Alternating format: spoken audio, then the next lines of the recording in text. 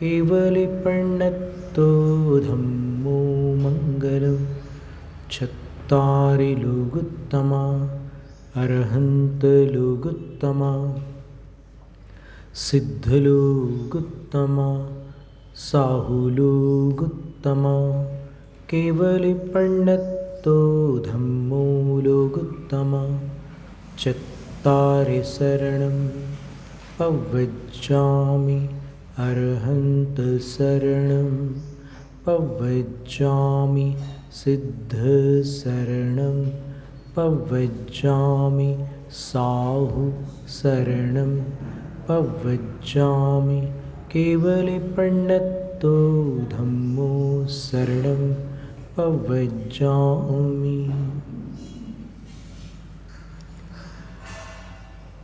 त्रिलोक त्रिकालवर्ती पंच परम गुरु अरहत सिद्ध आचार्य उपाध्याय और सर्व साधु परमेष्ठी भगवंतों को भक्तिपूर्वक नमन। जम्बूद्वीप भरत क्षेत्र आर्यखंड भारत देश हुंडावसर्पणी काल में 24 धर्म तीर्थ शासन नायक वृषभादि महावीर पर्यंत तीर्थंकर भगवंतों को, जिन राजों को विनम्र प्रणाम। आचारांग आदि द्वादशांग स्वरूपा और सामायिक चतुर्विंशति स्तवादि अंग बाह्य प्रकीर्णक स्वरूपा भगवती जिनवाणी सरस्वती देवी माता को भावपूर्ण वंदन। पूर्व शताब्दी के धर्म धुरंधर आचार्य, ज्ञानी ध्यानी तपस्वी, परम श्रद्धेय चारित्र चक्रवर्ती शांति सागर गुरुराज को सिद्ध श्रुत आचार्य भक्तिपूर्वक बारंबार नमोस्तु। दीक्षा शिक्षा गुरु आचार्य विद्यासागर महाराज को नमोस्तु।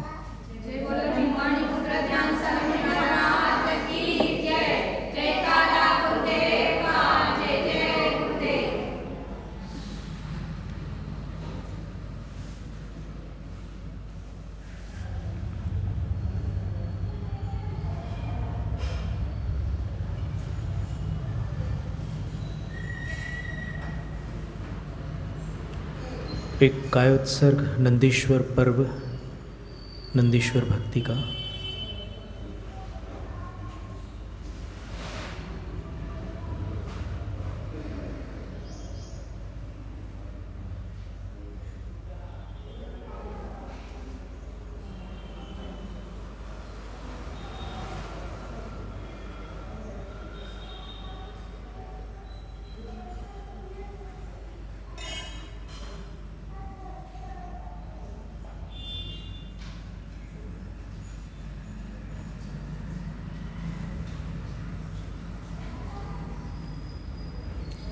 इच्छा में भंते नंदीसर भक्ति का सको कहो 10 सालों जो।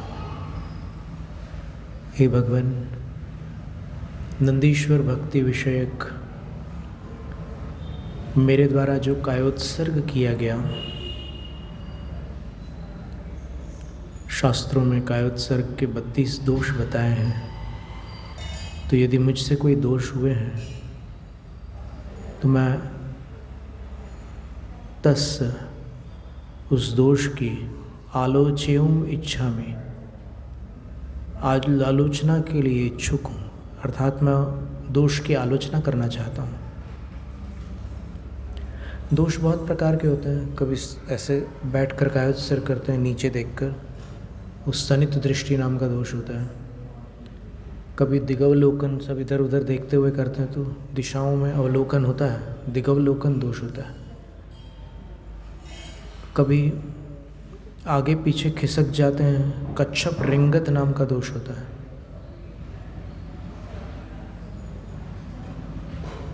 इस तरह कायोत्सर्ग संबंधी विभिन्न प्रकार के दोष होते हैं। कुल संख्या 32 बताई। तो हे भगवान, इस काल में निर्दोष कायोत्सर्ग दुष्कर है।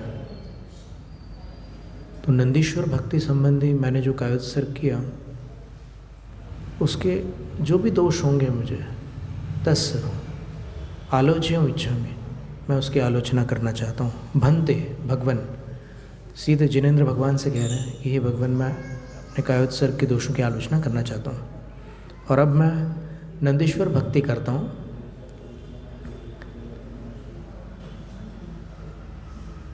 नंदीसर दीवम में प्रथम द्वीप जम्बू द्वीप है, फिर धातकी खंड है, फिर पुष्करवर द्वीप है,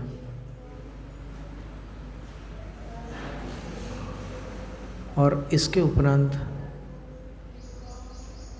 अगर क्रम से बढ़ते चले जाएं तो द्वीप समुद्र ये क्रम है।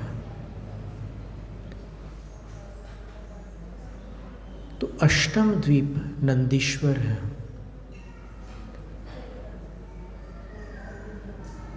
चौदिस विदिशासु। अब वो जो नंदीश्वर द्वीप है उसकी 4 दिशाएं, पूर्व, फिर पूर्व से दाहिनी ओर जाएंगे तो दक्षिण, दक्षिण से दाहिनी ओर जाएंगे तो पश्चिम, पश्चिम से दाहिनी ओर जाएंगे तो उत्तर। तो इन 4 दिशाओं में अंजन एक 84,000 योजन प्रमाण कृष्ण वर्ण वाले अंजन गिरी हैं, जिनको अंजन पर्वत कहते हैं। आँखों में काजल वगैरह का अंजन लगाया जाता है, तो बस वैसा ही वर्ण है, तो अंजन गिरी।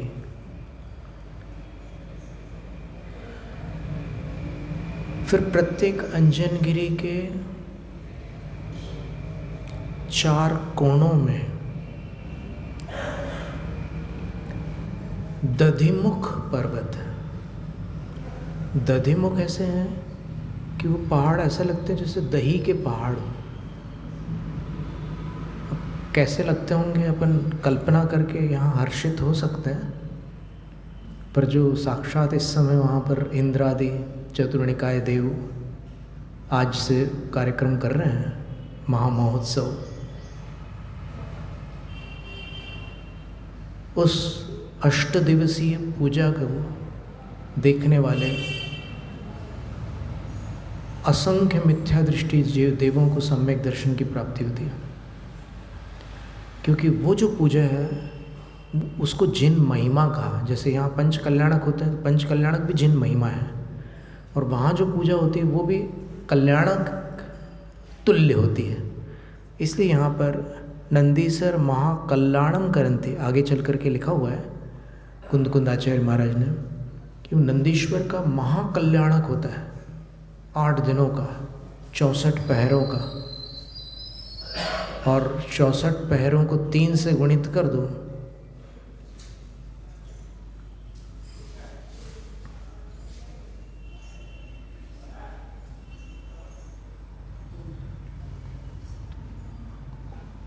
192 घंटे तक वो उत्सव चलता है।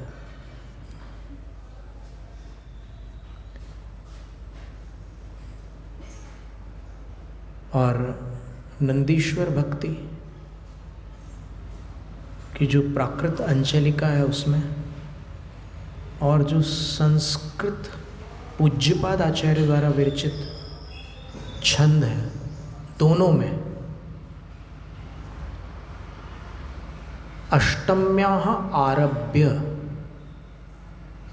अट्ठमीं आयीं काउण, ये नंदीश्वर पर्व अष्टमी को प्रारंभ किया जाता है। संस्कृत में भी और प्राकृत में भी यही कथन है। और आज अष्टमी है।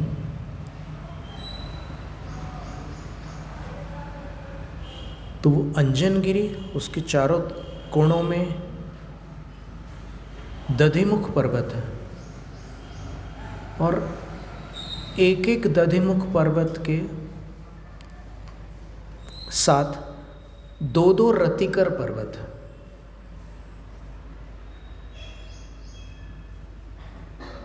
तो कुल मिलाकर के ये 13 पर्वत हो गए हुए। ये अभी सोच के बताओगे। बीच में अंजन, चार कोणों में दधिमुख, और एक एक दधिमुख के साथ दो दो रतिकर पर्वत। कितने हुए? 13 हुए। चारों दिशाओं में 13-13 होते हैं। ये पूर्व का वर्णन था, यही वर्णन दक्षिण का है, यही पश्चिम का है, और यही उत्तर का है। तो 13 को चतुर्गुणित करने पर कितनी संख्या हुई? तो 52 जिन मंदिर नंदीश्वर के इन पर्वतों के ऊपर अवस्थित है। तो अंजन दधिमुह रदिकर पूर्णग वरेसु, बड़े बड़े श्रेष्ठ पर्वतराज है ये। जानी जिन चैयाणी, उनके ऊपर जितने भी जिन चैत्य हैं, कितने जिन चैत्य हैं? एक एक चैत्यालय है वहाँ पर, और प्रत्येक चैत्यालय में 108 गर्भालय हैं, और प्रत्येक गर्भालय में एक एक जिन प्रतिमा है। तो 52 जिन मंदिरों को 108 से गुणित कर लीजिए।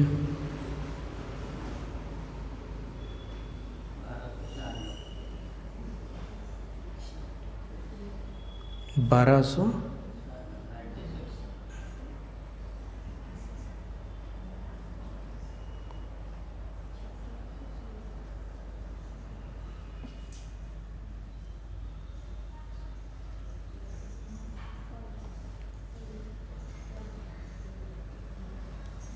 ज़्यादा आ रहा है ना, 5616 आ रहा है। 12 नहीं, 108, 52 जिनालय है ना। 52 जिनालय में 108 गर्भालय है, और एक एक प्रत्येक गर्भालय में एक एक जिन बिंब है। तो 5616 जिन प्रतिमाएं हैं नंदीश्वर द्वीप में, और एक एक दिशा में 6-6 घंटे तक, जैसे पूर्व दिशा में कल्पवासी देव पूरा समूह पहुंच जाता है, पश्चिम में फिर भवनवासी, व्यंतर और ज्योतिष, से 4 दिशाओं में 4 निकायों का पूरा समूह व्यवस्थित हो जाता है। वहाँ तक सब साथ में जाता है। और जब वहाँ जाने के बाद जब द्वीप को देखते हैं ना, तो फिर बहुत बड़ा द्वीप है नंदीश्वर द्वीप, ऐसे वलयाकार है।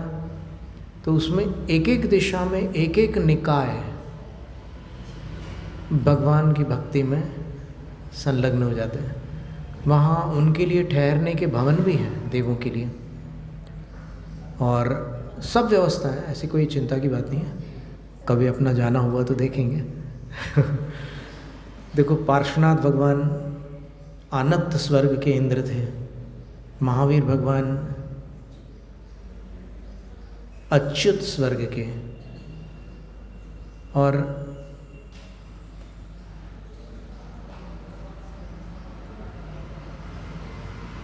विमलनाथ भगवान सहस्रार स्वर्ग के। सहस्रार स्वर्ग के नीचे वाले किसी स्वर्ग से तीर्थंकर नहीं आए इस 24 में। सबसे निचला स्वर्ग सहस्रार था, और सबसे ऊपर वाली सर्वार्थ सिद्धि। तो 24 तीर्थंकरों में से कुछ तीर्थंकर कल्पों से आए, कुछ कल्पातीत विमानों से आए। स्वर्गों से ऊपर वाले जो विमान हैं उनको कल्पातीत कहते हैं, वहाँ से आए।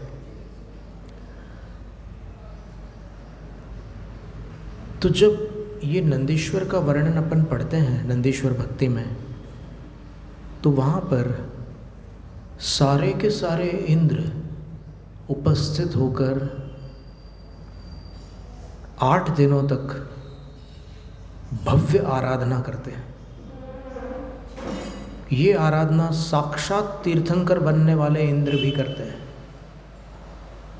शेष देवों की तो बात दूर रही है, जो एक भाव बाद तीर्थंकर बनने जा रहे हैं, अर्थात इस देव पर्याय को पूर्ण करके मनुष्य पर्याय में तीर्थंकर हो रहे हैं, वो भी वहाँ जा कर के तीर्थंकरों की प्रतिमा की भक्ति करते हैं। तीर्थंकर की भक्ति भक्त को तीर्थंकर बनाती है।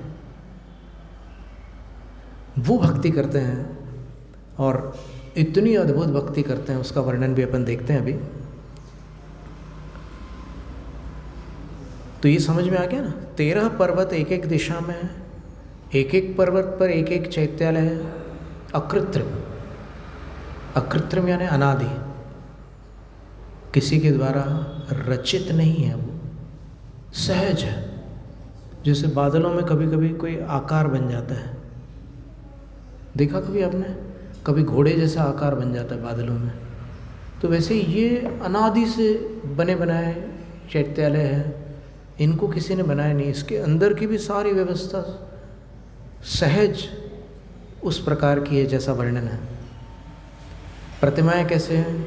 विनील कुंतल, एकदम गाढ़ नीले रंग के कुंतल यानी घुंघराले बाल होते हैं भगवान के, और विद्युम अहरा, मूंगे जैसे होठ होते हैं, और दोनों होठों के बीच एक बाल प्रमाण अंतराल होता है। ऐसे होठ एकदम चिपके हुए नहीं होते, उनके बीच थोड़ा सा अंतराल होता है। अकृत्रिम चैत्य की बात कर रहा हूँ। और उस अंतराल से जो भगवान के मुख के भीतर वज्र दंताय, ऐसा लिखा है कि वज्र यानी डायमंड के दांत होते हैं, वो दिखते हैं दर्शक को। और उनकी प्रतिमाएं मणि कनक रजत विकृता, मणियों से, कनक से, रजत से सहज बनी होती है। और उन प्रतिमाओं को देखकर ये कह पाना कठिन होता है कि ये सचमुच जिनेंद्र भगवान है या प्रतिमा है। इतने मिलते जुलते हैं।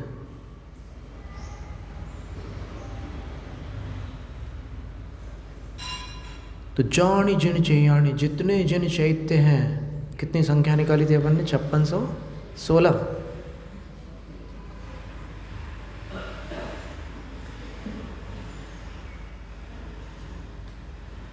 5616 सभी प्रतिमाओं की वो भक्ति करते हैं।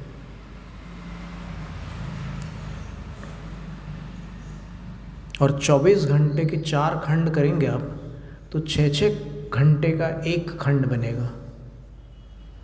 तो 24 घंटे में प्रत्येक दिशा में चारों प्रकार के देव 6-6 घंटे का समय लेकर भरपूर भक्ति करते हैं। जिनका जितना वैभव है वो अपने वैभव के अनुसार करते। कल्पवासी देव अपने वैभव के अनुसार करते हैं, फिर भवनवासी देव अपने वैभव के अनुसार करते हैं, व्यंतर अपने वैभव के अनुसार करते हैं, ज्योतिष के देव अपने वैभव के अनुसार करते हैं। अलौकिक होते हैं ये 8 दिन, इसलिए वहाँ की कुछ प्रतिकृतियाँ यहाँ स्थापित करके यहाँ के मनुष्य भी वहाँ का स्मरण करके भक्ति में तल्लीन होते हैं। 8 दिनों तक विषय कषायों से दूर होकर ब्रह्मचर्य पूर्वक बहुत सारे जैन श्रावक श्राविकाएँ नंदीश्वर पर्व को इस मनुष्य लोक में मनाते हैं। जानी जिन चैयाणी, जितने जिन चैत्य हैं ताणी सवाणी उन सभी की। तिसु विलोयसु भवनवासी वाणविंतर जोइसे कपवासी थे।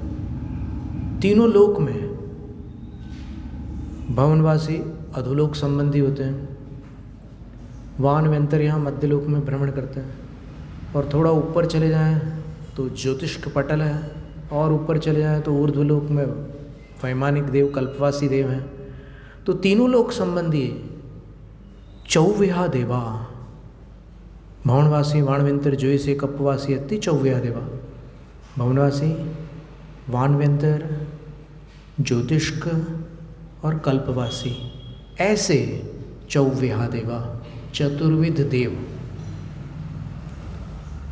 सिर्फ चतुर्विध देव नहीं, उसके आगे एक शब्द और दिया, सब परिवार, फैमिली के साथ। श्रीमतियाँ होंगी उनकी, और भी बाल बच्चे नहीं होते वहाँ देवगति में, पर उनके और भी परिकर होते हैं। परिवार, इंद्र के परिवार में 10 भेद बताएं देवों के। प्रतीन्द्र, सामानिक, लोकपाल, अनीक और त्रयस्त्रिंश आदि।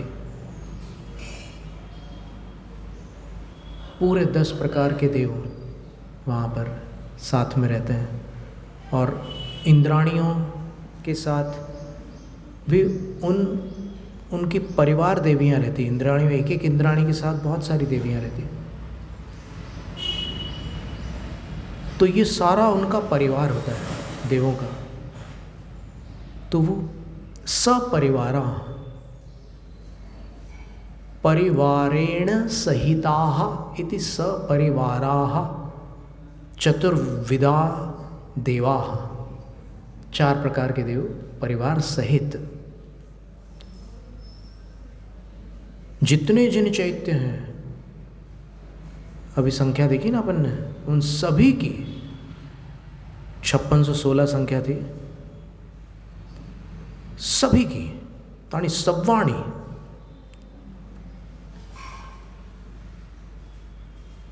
नित्य कालम, पूरे 8 दिनों तक नित्य काल, बिल्कुल विराम नहीं लेते वो, कोई अंतराल नहीं होता, लगातार।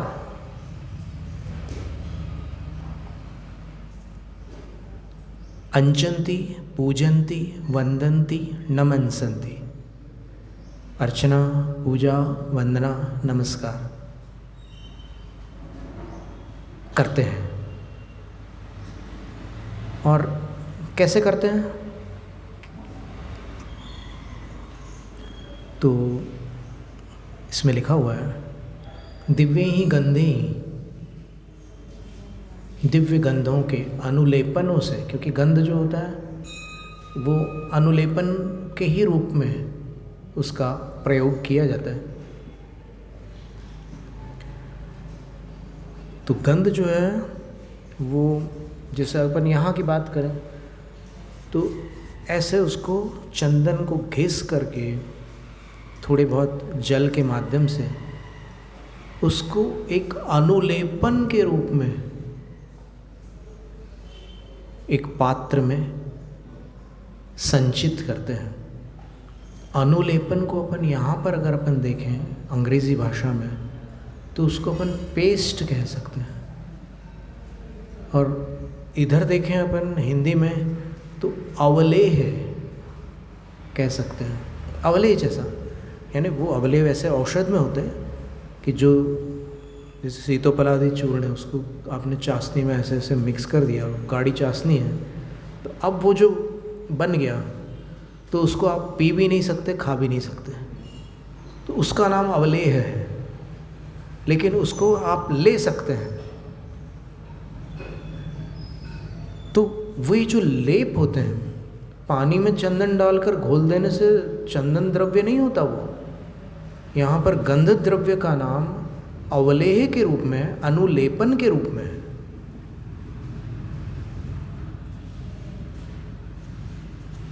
दिव्य ही गंधे ही, तो दिव्य शब्द का अर्थ है मनोहर। दिव्य शब्द का अर्थ देवोपनीत नहीं है। यहाँ पर हरिवंश पुराण में एक प्रकरण आया है जहाँ पर जिनसेन आचार्य महाराज लिखते हैं कि दीक्षा के पहले तक प्रथम तीर्थंकर वृषभदेव ने देवोपनीत दिव्य भोगों को भोगा। यानी उन्होंने दो शब्द रखे, देवोपनीत भोग, और वो भोग कैसे थे? दिव्य भोग थे। तो दिव्य का अर्थ देवोपनीत नहीं है, देवोपनीत भिन्न शब्द है हरिवंश पुराण के 9वें सर्ग में। तो बाल्यकाल से लेकर 83 लाख पूर्व तक वृषभदेव तीर्थंकर ने, जब तक उनकी दीक्षा नहीं हुई तब तक देवोपनीत दिव्य भोगों को उन्होंने भोगा।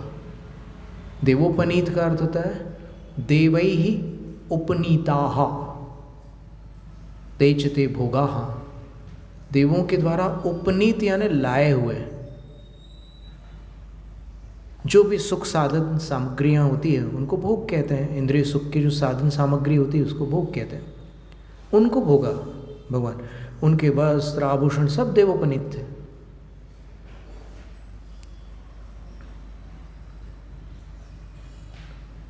लेकिन इसमें क्या है कि कभी कभी ऐसा होता है ना कि सब कुछ वही कर रहे हैं तो फिर हम लोग क्या करें, ऐसा नहीं है। तीर्थंकर जहाँ भी जाते हैं, जहाँ भी जन्म लेते हैं, वो सबको तृप्त करते हैं। वो अपनी चेष्टाओं से माता पिता को भी संतुष्ट करते हैं और देव कुमारों के साथ वो भी बच्चों के रूप में आकर के उनके साथ खेलते हैं तो उनको भी संतुष्ट करते हैं। तीर्थंकर से कोई भी अतृप्त नहीं रहता। किसी को ऐसा नहीं लगता कि मेरा मन नहीं भरा, सब खुश हो जाते हैं।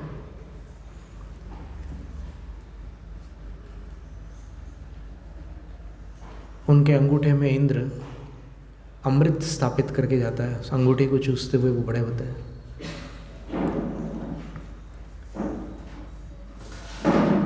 तो दिव्य गंधों से अर्थात सुगंधित अनुलेपनों से चतुर्निकाय देव अपने अपने परिवार सहित अंचंती, उन सभी चैत्यालयों की, सभी चैत्यों की अर्चना करते हैं। पूजनती, पूजा भी करते हैं। और कौन से द्रव्य हैं? दिव्य ही पुष्पे, दिव्य पुष्पों से। अब फिर इसके बाद तीसरा दिव्य ही धूवे, दिव्य धूपों से। और धूपों को धूप घट में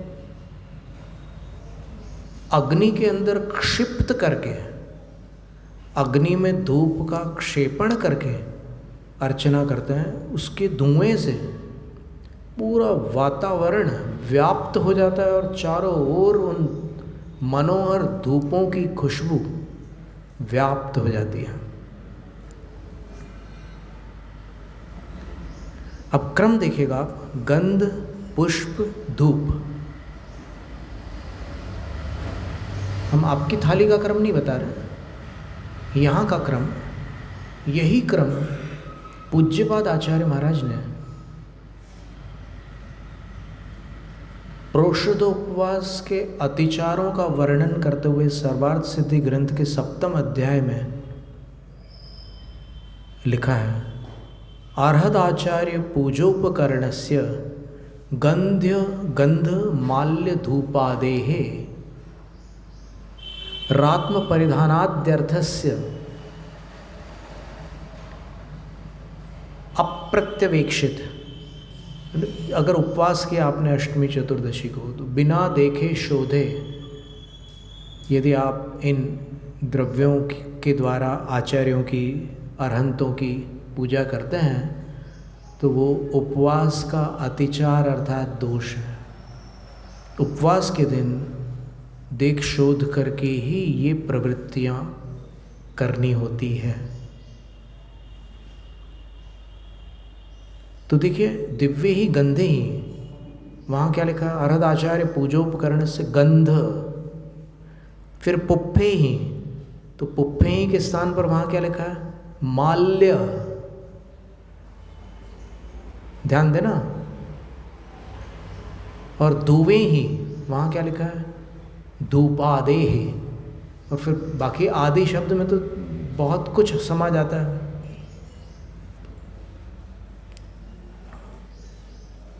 तो इन द्रव्यों से पुष्प मालाएं भगवान के चरणों पर चढ़ाई जाती है, जिसका कथन जय धवला की पहली पुस्तक में पृष्ठ क्रमांक 92 पर है। और जो ऐसी शास्त्राकार प्रति है जय धवला की, उसके पृष्ठ क्रमांक 100 पर है। जो पुस्तकाकार प्रति है उसमें पृष्ठ 92 पर और शास्त्राकार प्रति में पृष्ठ 100 पर है। एकदम स्पष्ट लिखा है, फुल्लारोवण, फूल का आरोपण, यानी फूल कैसे हैं, ऐसे स्वतंत्र नहीं है, माल्य के रूप में है, मालाओं के रूप में। तो मालाएं भगवान के चरणों पर चढ़ाई जाती हैं, आरती उतारी जाती है, आरती चढ़ाई नहीं जाती, पुष्प चढ़ाए जाते हैं और नैवेद्य रखे जाते हैं, स्थापित किए जाते हैं। भिन्न भिन्न द्रव्यों की अलग अलग विधियां हैं, उनके क्रियापद भी अलग अलग हैं। इस काल में लोग फुर्तीली जिंदगी जीते हैं, सब काम फटाफट चाहते हैं, शॉर्ट में चाहते हैं, तो फिर किसी ने उसका भी एक मार्ग निकाला और एक शब्द सभी द्रव्यों में जोड़ दिया, निर्वपामीति। पद्मनंदी पंचविंशतिका में अगर आप देखेंगे, धारात्रयम प्रवरवारि कृतम श्रिपामि, देखिए वहाँ एक एक द्रव्य के साथ अलग अलग पद है। जल के लिए क्या लिखा उन्होंने कि धारात्रयम, 3 धारा करना है जल से।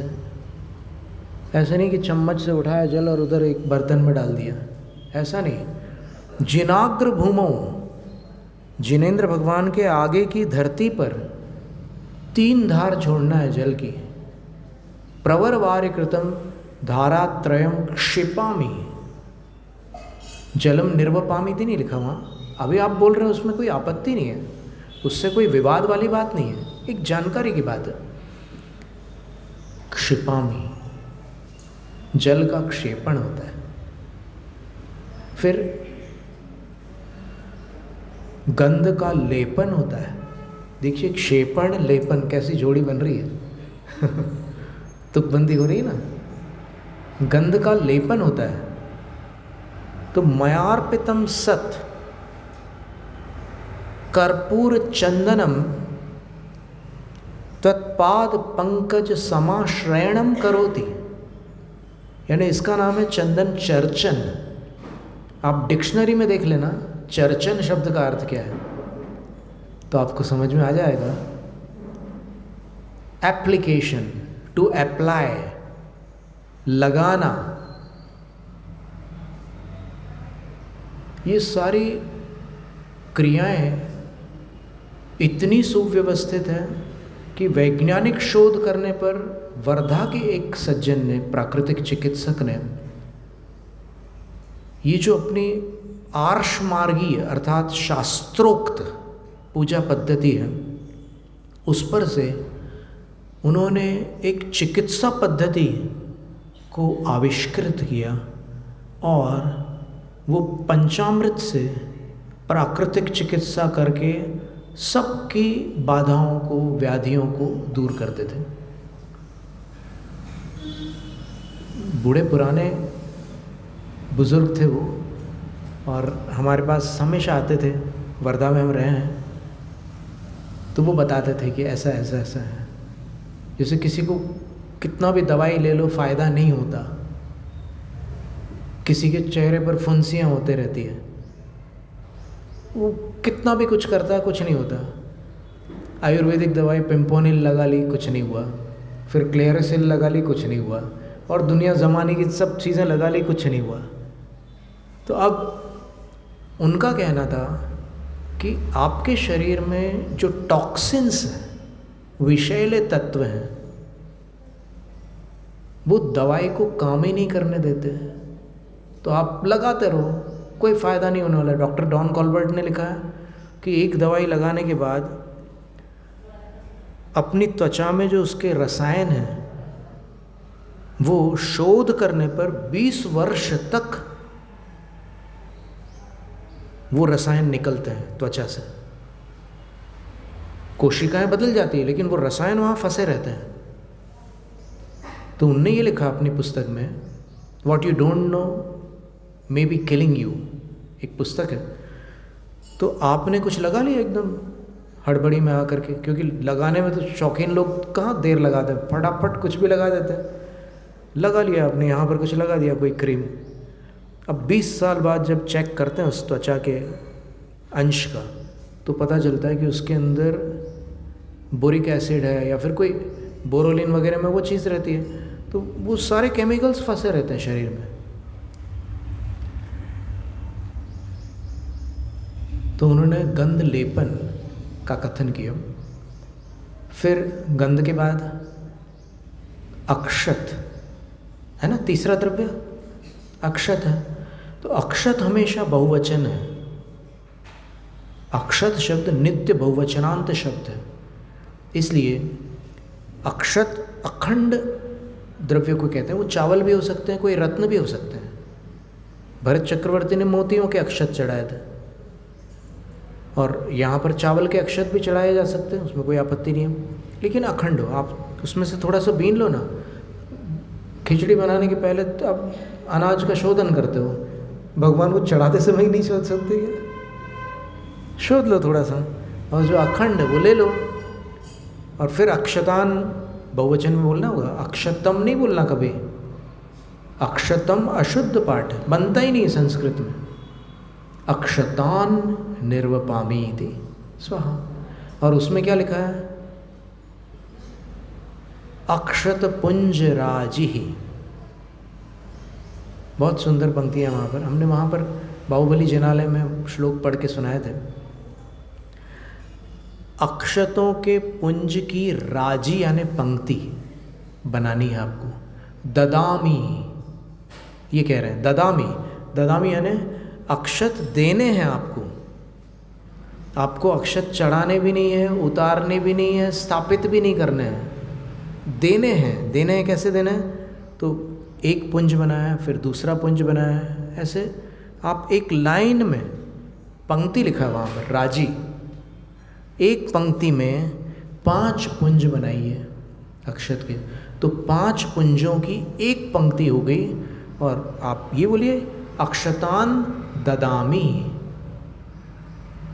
निर्वपामी तो फिर मास्टर की है, सब जगह लागू होती है, वो तो चलता ही है सभी में, वो चलने दो, उसमें कोई बात नहीं। तो अगर आप ऐसा आपका कभी मन हो कि 8 द्रव्यों में जो शास्त्र में दी हुई क्रिया है वैसे ही हम बोले, तो वैसा कर लेना, अक्षतान ददामी। और फिर पुष्प, पुष्पारोपणम करोमि या पुष्पाणि आरोपयामि। अगर एक पुष्प है तो पुष्पम आरोपयामि, या फिर माला है तो पुष्पमालाम आरोपयामि, ऐसा बोलना। आरोपण का अर्थ क्या होता है?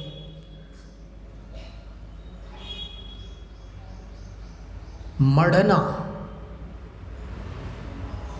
अगर एकदम बोलचाल की भाषा में अपन आरोपण का अर्थ करें तो मढ़ना होता है। जैसे मढ़ना है ना, अब अपन साहित्यिक भाषा में बोलो तो जैसे वृक्षारोपण है, तो आप भूमि को वृक्ष उगा करके मढ़ते मंडित करते हैं। वो भूमि में आप बीज डालते हैं ना, वृक्षारोपण करते हैं, या फिर पूरा वृक्ष छोटा सा पौधा लेकर के उसको जड़ सहित वहाँ थोड़ी मिट्टी खोद करके आप लगा देते हैं और उसमें अच्छे से जमा देते हैं मिट्टी को, उसका नाम वृक्षारोपण है। तो वो भूमि पर किया जाता है ना। फिर जब आप गुरु से व्रत लेने जाते हैं या दीक्षा लेने जाते हैं तो गुरु क्या करते हैं?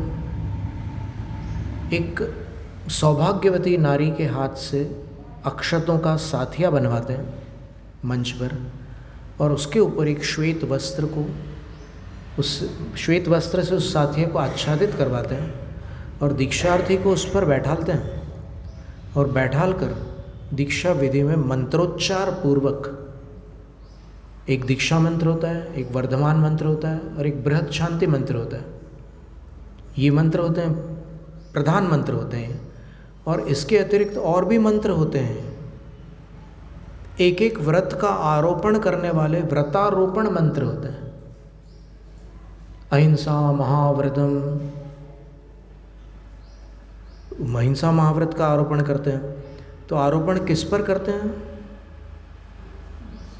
दीक्षार्थी पर करते हैं, उसके आजू बाजू तो नहीं करते। दीक्षार्थी पर व्रतारोपण किया जाता है। इसी प्रकार जिन प्रतिमा है, जब प्रतिष्ठा विधि होती है तब प्रतिमा पर संस्कारारोपण किया जाता है। ये सारे शब्द परिचित शब्द हैं, जिन लोगों ने सुने होंगे उनको पता होगा। संस्कारारोपण किया जाता है। कौन से संस्कार? जैसे जन्म कल्याण के जो 10 गुण हैं उनको भगवान पर आरोपित करते हैं। फिर दीक्षा कल्याणक के जो 28 मूल गुण, 34 उत्तर गुण, 84 लाख उत्तर गुण, 18,000 शील, 64 रिद्धियाँ, ये सब भी संस्कारों में आरोपित, प्रतिमा को संस्कारित करते समय इन सब का प्रतिमा में आरोपण होता है। ठीक है। फिर जब कोई किसी पर दोषारोपण करता है तब गलती उसने खुद की है, लेकिन दोषारोपण किसी और पर। कई स्कूल में बच्चे लोग करते हैं ना, टीचर पूछते हैं किसने ये टहनी तोड़ी, तो फिर जिसने तोड़ी है वो एकदम ऐसे सीधा हो जाता है, एक्टिंग करता है वो और उसके बाद तुमने देखा है क्या? टीचर पूछता है। मैंने देखा है, तोड़ी है खुद उसने, लेकिन वो ऐसा करता है, नाटक करता है, और फिर किसी को फंसा देता है जिससे उसकी थोड़ी अनबन होती है, उसको फंसा देता है, इसने किया, अब उसको पनिशमेंट मिलती है। तो ये क्या हुआ? दोषारोपण। दोषारोपण किस पर हुआ? उस खास व्यक्ति पर हुआ। उसके आजू, उसके बैग पर दोषारोपण नहीं हुआ, उसके शूज़ पर दोषारोपण नहीं हुआ, उसकी चेयर पर या उसके बेंच पर दोषारोपण नहीं हुआ, उस पर दोषारोपण हुआ। तो फिर फुल्लारोहण का अर्थ क्या करना, ये आप बताइए, हम क्यों बताएं? हमने तो आरोपण के इतने सारे अर्थ बता दिए आपको। फुल्लारोहण का अर्थ क्या करना? फूल का भगवान पर आरोपण करना है, इतना ही हुआ ना। तो आरोपण भगवान पर करेंगे या फिर बेदी पर करेंगे? आप अगर भगवान की पूजा, बेदी की पूजा कर रहे हो तो बेदी पर करो, और भगवान की पूजा कर रहे हो तो भगवान पर करो। सीधी सी बात है, जय धवला की वाणी है। और अगर इससे भगवान रागी होते हैं तो फिर आप भगवान को पहचानते ही नहीं हैं। क्यों? क्योंकि भगवान की वीतरागता क्षयिक होती है। जो औपशमिक वीतरागता है वो पुनः सरागता में परिणत हो सकती है। यानी कुछ समय के लिए राग को दबा दिया तो थोड़ी देर बाद उदय में आएगा तो वापस राग होगा। राग मराठी वाला नहीं, ये हिंदी वाला राग। मराठी वाला राग अलग होता है, क्रोध। मराठी में क्रोध को राग बोलते हैं। तो औपशमिक वीतरागता सरागता में वापस लौट सकती है, लेकिन वो तो क्षयिक वीतरागता भगवान की प्रतिमा में स्थापित की गई है। तो पुष्प के आरोपण से भगवान की प्रतिमा रागी हो जाएगी? अगर हो जाएगी तो फिर वो हमारे जिनेंद्र भगवान नहीं है, तुम्हारे हो सकते हैं जो वैसा मानते हैं। अगर तुम ऐसा मानते हो कि तुम्हारे भगवान फूल रखने से रागी हो जाते हैं, तो फिर हमारे यहाँ पर अगर हमारे तुम्हारे वाली बात करोगे तो उस भाषा में ही हम समझाने की कोशिश कर रहे हैं। तो फिर जब भगवान को अभिषेक के बाद वस्त्र से पोंछोगे तो फिर भगवान को सवस्त्र भी मानना पड़ेगा, क्योंकि फूल ने भी भगवान की प्रतिमा के अंदर प्रवेश नहीं किया है। वो तो चरणों के ऊपर अवस्थित है। और उतने मात्र से अगर भगवान रागी हो गए तो फिर कपड़े से पोंछते समय भगवान सवस्त्र क्यों नहीं होंगे? पक्षपात क्यों करे भाई? एक क्रिया में रागी हो गए, दूसरे क्रिया में सवस्त्र नहीं हुए, ऐसा कैसे मान सकते हैं? तो कपड़ा लगाने से सवस्त्र हो जाएंगे, फूल लगाने से रागी हो जाते हैं, कपड़ा लगाने से सवस्त्र हो जाएंगे। पर ऐसा गणित जैन आगम में नहीं है। इसलिए अपने दिमाग का गणित न लगाकर जो आचार्यों ने कहा है उसको स्वीकार करो। पूजा की विधि ऐसे अनादि विधि है। इतने सारे शास्त्रों में ये बातें आ रही हैं, फिर आप अपने तर्क लगा करके कैसे कोई नवीन विधि का आविष्कार करोगे तो फिर वो आपकी विधि कहलाएगी, जिन शासन की विधि नहीं मानी जाएगी। इसमें कोई कषाय की बात नहीं है, जो है वो है। फुल्लारोहण शब्द जय धवला में है, वीरसेन आचार्य द्वारा लिखित है। अगर उसका कोई दूसरा अर्थ निकलता हो तो बताओ, हमने आपके सामने ऑप्शन रखा है। बेदी पर चढ़ाने का अगर अर्थ निकलेगा तो बेदी की पूजा कहलाएगी। आप जिनेंद्र की पूजा कर रहे हैं तो फुल्लारोहण जिनेंद्र पर होगा। इसमें कोई दोष नहीं है, क्योंकि चढ़ाने वाले का अभिप्राय भी ऐसा नहीं है कि मैं भगवान को रागी बनाऊं। वो तो वीतराग प्रभु की भक्ति के लिए आया हुआ है, वीतराग को सराग बनाने के लिए थोड़ी आया हुआ। और इसमें अज्ञानता वाली बात भी नहीं है। आगम को यथावत स्वीकार करना ही ज्ञान है, और तर्क से आगम की क्रिया को अस्वीकार करना अज्ञान है।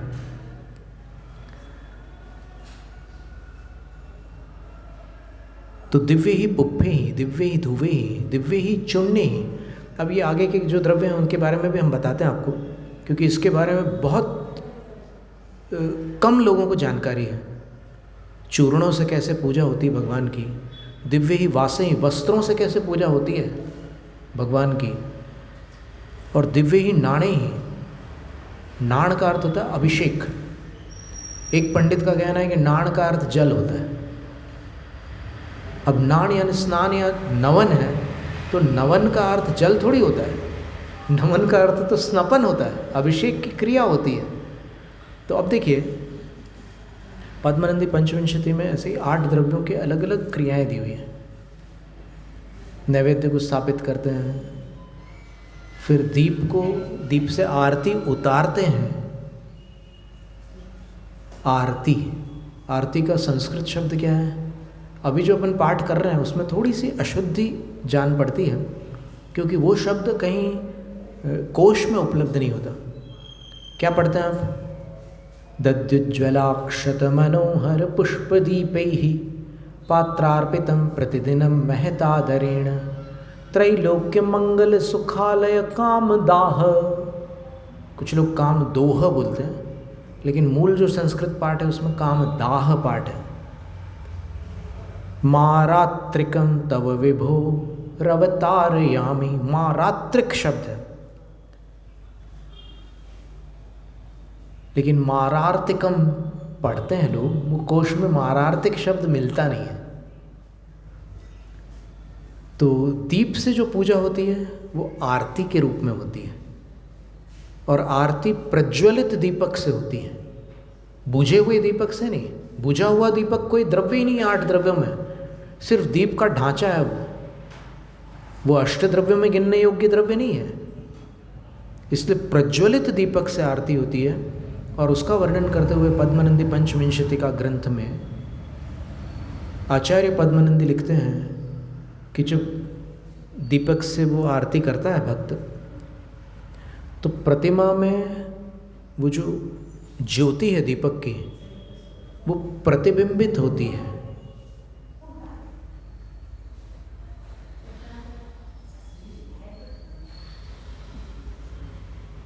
और एक स्थान पर प्रतिबिंबित नहीं होती, क्योंकि वो आरती ऐसे उतार रहा है ना, वो ऐसे देखो दक्षिण में ऐसे आरती उतारी जाती है, यहाँ पर ऐसे उतारी जाती है, ठीक है। तो वो उतारता है, तो वहाँ पर प्रतिबिंब में भी वो ज्योति ऐसे हिलती हुई दिखती है। तो आचार्य पद्मनंदी कहते हैं कि हे भगवान, ये जो आरती का प्रतिबिंब आपकी प्रतिमा में पड़ रहा है, और वो जो ज्योति यहाँ वहाँ हिल रही है, तो एक उत्प्रेक्षा है, मेरी कल्पना है, मैं ये मानता हूँ कि आपने घातिया कर्मों का तो नाश कर दिया, अब जो अघाती कर्म बाकी बचे हैं उनका आप नाश करने वाले हैं, और उनका नाश करके फिर आप सिद्ध हो जाएंगे। अभी तो अरहंत भगवान की अवस्था में है। जिस प्रतिमा में केश हो, जिस प्रतिमा में प्रातिहार्य हो, जिस प्रतिमा में चिन्ह हो, वो अरहंत प्रतिमा होती है। तो फिर अभी आप अरहंत अवस्था में हैं, तो आपके अंदर जो ध्यान रूपी अग्नि है, मैं समझता हूँ कि ये जो ज्योति आपकी प्रतिमा में दिखाई दे रही है, वो आपकी ध्यान रूपी अग्नि है। वो यहाँ वहाँ क्यों हो रही है? वो बचे हुए अघाती कर्मों की तलाश कर रही है, और उनको जला करके वो आपको सिद्ध पद प्रदान करने वाली ध्यान रूपी अग्नि है। ऐसा चित्रण है।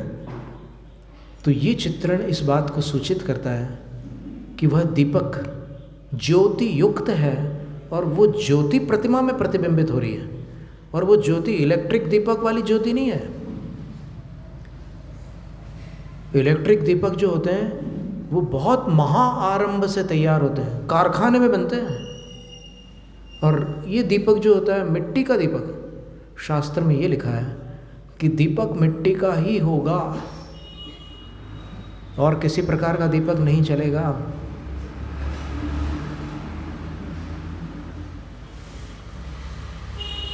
लघु स्नपन में अभयनंदी आचार्य महाराज ने जो श्लोक लिखा है, यही श्लोक है, दद्युज्ज्वलाक्षत मनोहर।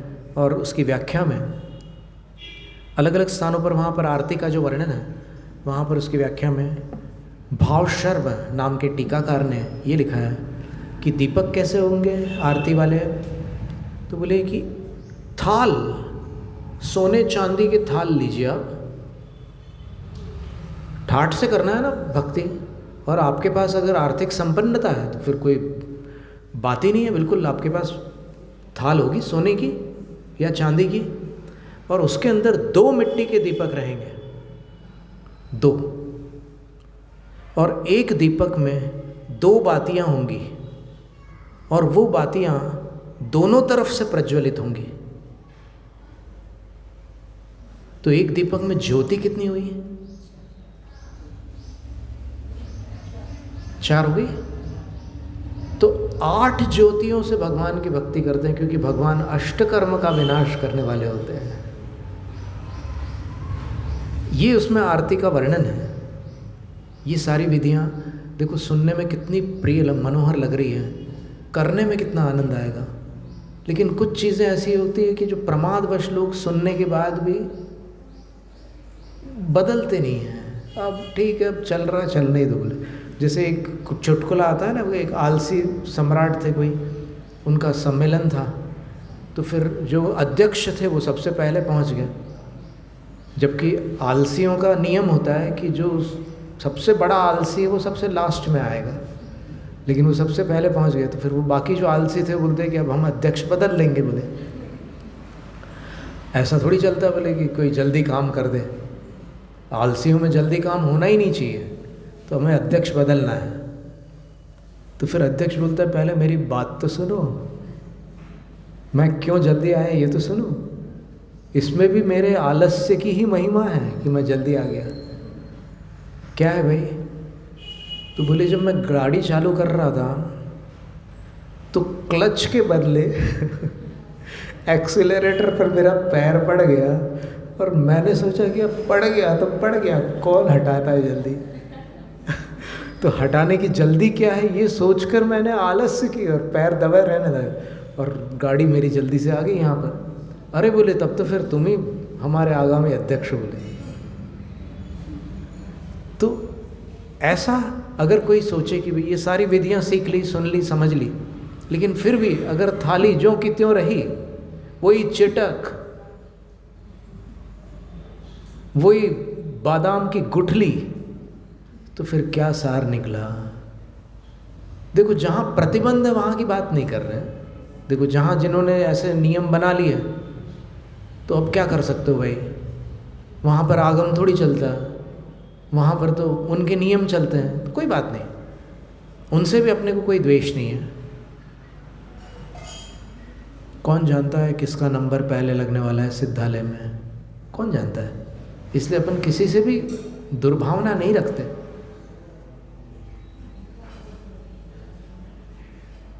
तो इस तरह ये सारे द्रव्यों की अलग अलग विधियां दी हुई है। धूप की विधि भी ऐसी दी है कि जब धूप खेते हैं अग्नि में तो उस धूप का धुआं भगवान की प्रतिमा को छूता है, ऐसा लिखा है पद्मनंदी पंचविंशतिका में।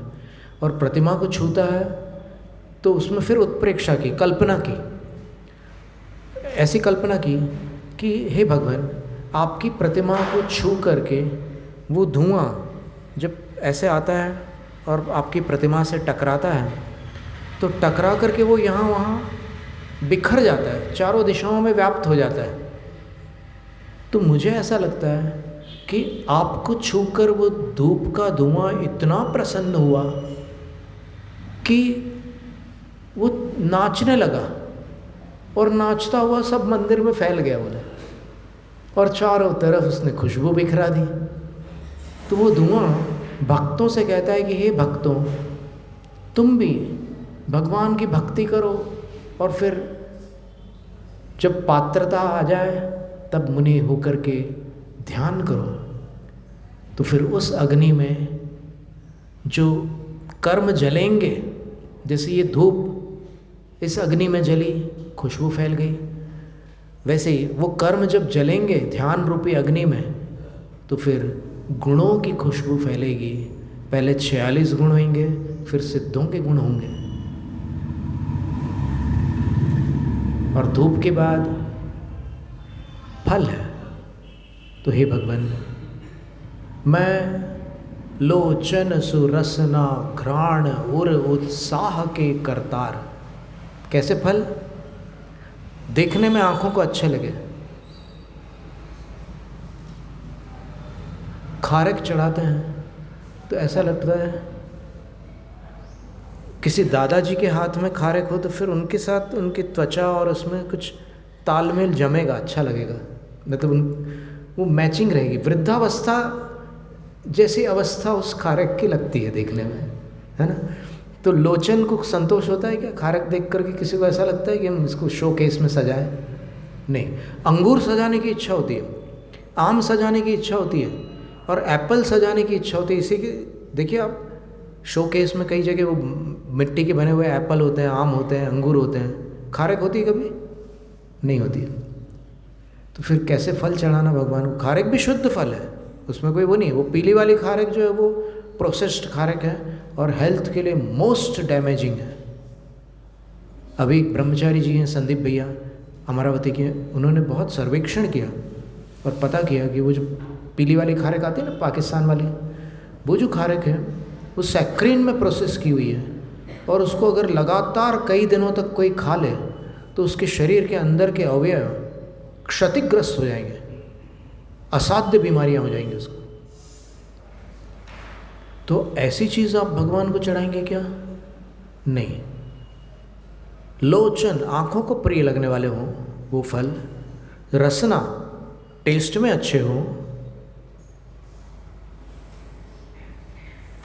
घ्राण, खुशबूदार हो।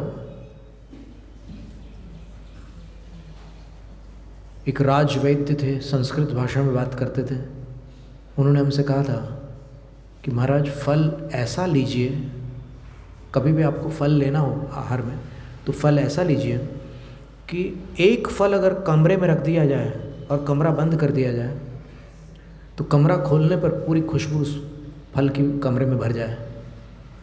उठाने में जो वजनदार लगे और स्वाद में जो प्राकृतिक लगे, ऐसा फल लीजिए। बाकी जो प्रोसेस्ड फल होते हैं, कार्बाइड वगैरह से पकाए हुए होते हैं, वो कोई काम के नहीं है, नुकसान करने वाले हैं। लोचन सुरसना घ्राण उर, उर यानी हृदय। उन फलों को देखकर हृदय प्रफुल्लित हो जाए, क्या मस्त फल है, उसको चढ़ाइए आप।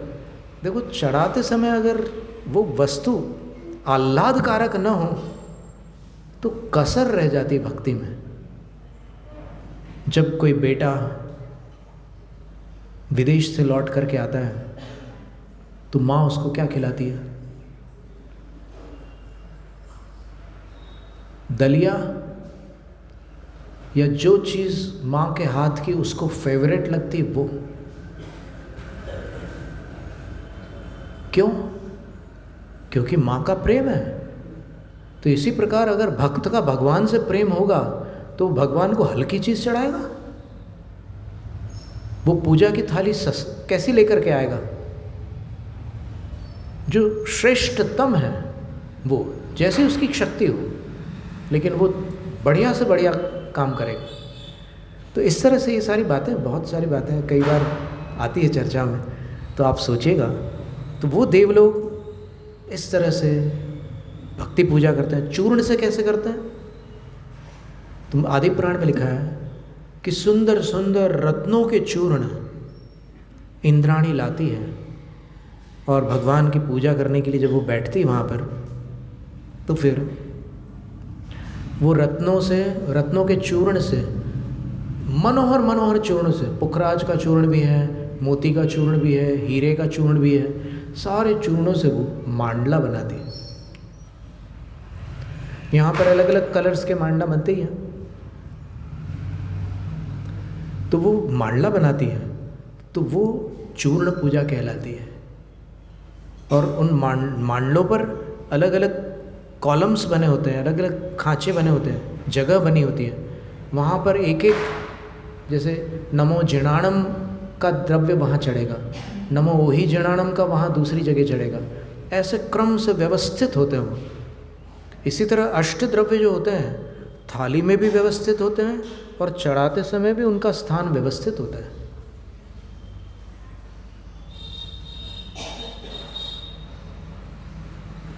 फिर ये चूर्ण वाली बात आई।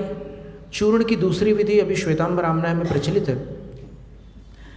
सुगंधित चूर्ण होता है वो, चंदन आदि श्रेष्ठ सुगंधित द्रव्यों से बना हुआ एक शुद्ध चूर्ण होता है। आपने देखा होगा पावापुरी में जो भगवान के चरण बने हैं उसके पास एक किसी कंटेनर में वो चूर्ण रखे रहता है। कभी गए आप?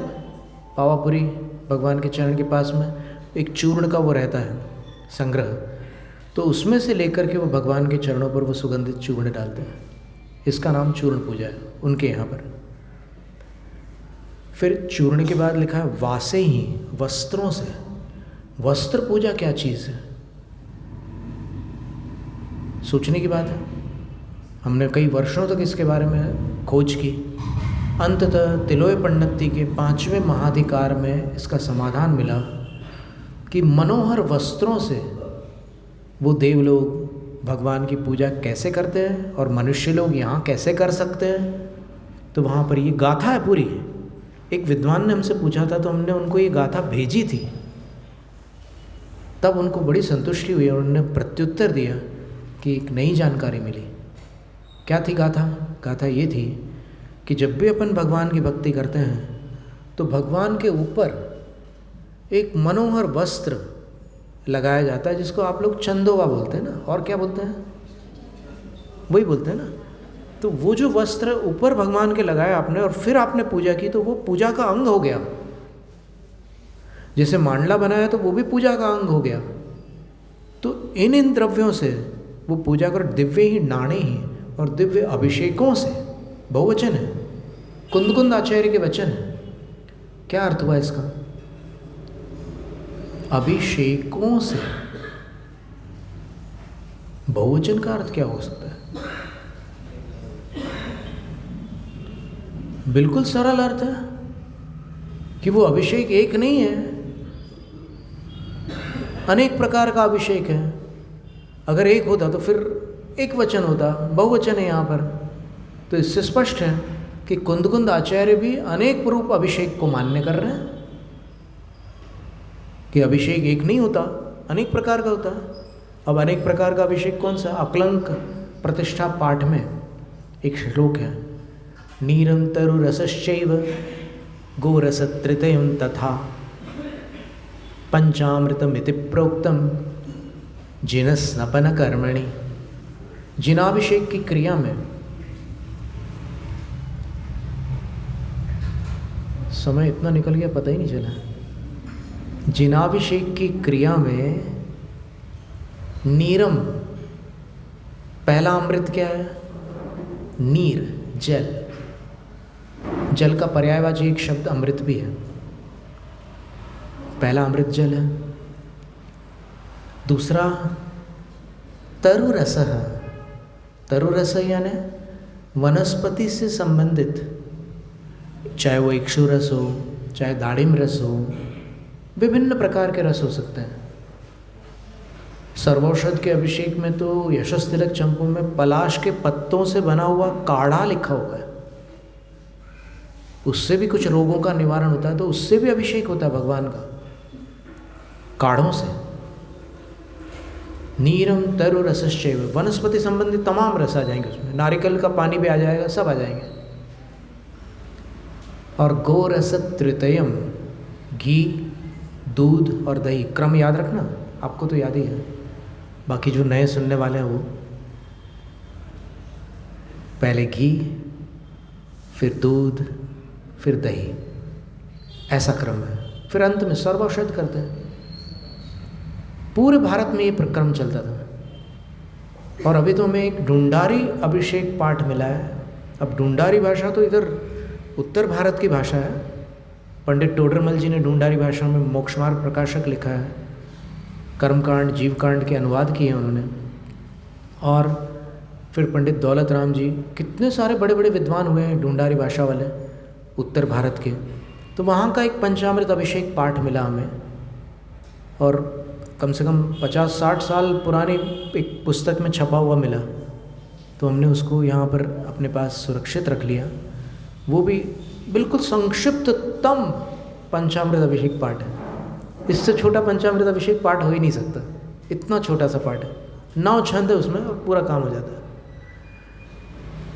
तो दिव्य ही नाणे ही लिखा है। अभी चल रहा है वहाँ पर ये सब उपक्रम। अभी यहाँ पर अपन चर्चा कर रहे हैं, वहाँ पर वो लोग अर्चा कर रहे हैं।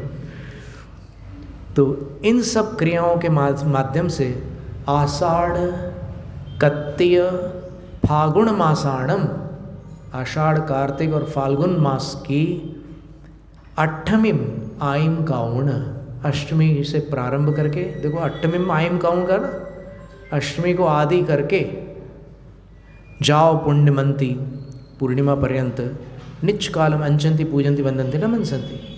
नंदीश्वर महाकल्याणम करंती, नंदीश्वर का महाकल्याणक करते हैं। जैसे यहाँ पंच कल्याणक करते हैं, वहाँ पर भी महाकल्याणक करते हैं। अहम अभी, कुंद आचार्य कह रहे हैं कि मैं भी, ये संतो यहाँ भरत क्षेत्र में रहता हुआ, तत्थ संताइम, वहाँ विराजमान।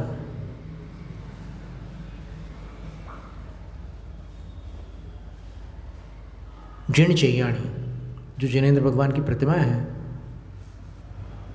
उन सब की निच कालम अंचे में नित्य काल अर्चना करता हूँ, पूजे में पूजा करता हूँ, वंदा में वंदना करता हूँ, नमन सामी नमस्कार करता हूँ। दुख को, मेरे दुखों का क्षय हो। दुखों का क्षय कैसे होता है? उनके कारणों का क्षय करने से होता है। अब कारण को आप सुरक्षित रखो और सोचो कि दुखों का क्षय हो जाए, तो कैसे क्षय होगा? आग में उंगली डाली और बोले जल रही है, जलन दूर मिटा दो। अरे हाथ हटाओ ना। तो फिर दुखों को दूर करने के लिए करना, कर्म हटाओ, कम्मक हो। इसलिए सेकंड नंबर पर कर्मक हो। फिर कर्मों का क्षय कैसे होता है? ऐसे ही हो जाता है क्या मिथ्यात्व के साथ? नहीं होता, रत्नत्रय पूर्वक होता है। और रत्नत्रय की प्राप्ति को बोधि कहते हैं, बोहि लाओ। फिर ये रत्नत्रय की प्राप्ति, रत्नत्रय का मार्ग कौन अपनाता है? जिसका लक्ष्य हो। जिसका लक्ष्य ही नहीं है वो क्यों अपनाएगा? किसका लक्ष्य? कौन सा लक्ष्य? मोक्ष गति। तो सुगई गमनम, सुगति का अर्थ यहाँ पर मोक्ष है। और फिर इस जन्म से अगर मोक्ष नहीं हो रहा है और जाना ही है मोक्ष, तो क्या करके जाना पड़ेगा? सल्लेखना, समाधि मरणम, समाहि मरणम। फिर मोक्ष होने के पहले कुछ मिलेगा कि नहीं मिलेगा? तो बोले अरहंत पद मिलेगा, फिर सिद्ध पद मिलेगा। तो जिणगुण संपत्ति हो मध्यम। इस प्रकार आज नंदीश्वर भक्ति की अपन ने, और हमें तो भरपूर आनंद आया, आपको भी आया होगा। सोचा था कि अपन ध्यान करेंगे, पर ऐसा लगा कि पहले परिचय हो जाए, फिर अपन किसी दिन बैठ करके नंदीश्वर द्वीप का ध्यान बढ़िया ढंग से करते हैं। ठीक है? जैनम जयतु शास्त्री। भक्ति पठन में मेरे द्वारा यदि जो कहीं कहीं प्रमाद से कुछ अर्थ वाक्य पद मात्रा छूट गई, सरस्वती मेरी उस त्रुटि को कृपया क्षमा करें और मुझे कैवल्य धाम में मां विलंब धरे। वंचित फलदात्री चिंतामणि सदृश मात तेरा, वंदन करने वाले मुझको मिले पता मेरा। बोधि समाधि विशुद्ध भावना आत्म सिद्धि मुझको मिले और मैं पा जाऊँ मां मोक्ष महासुख।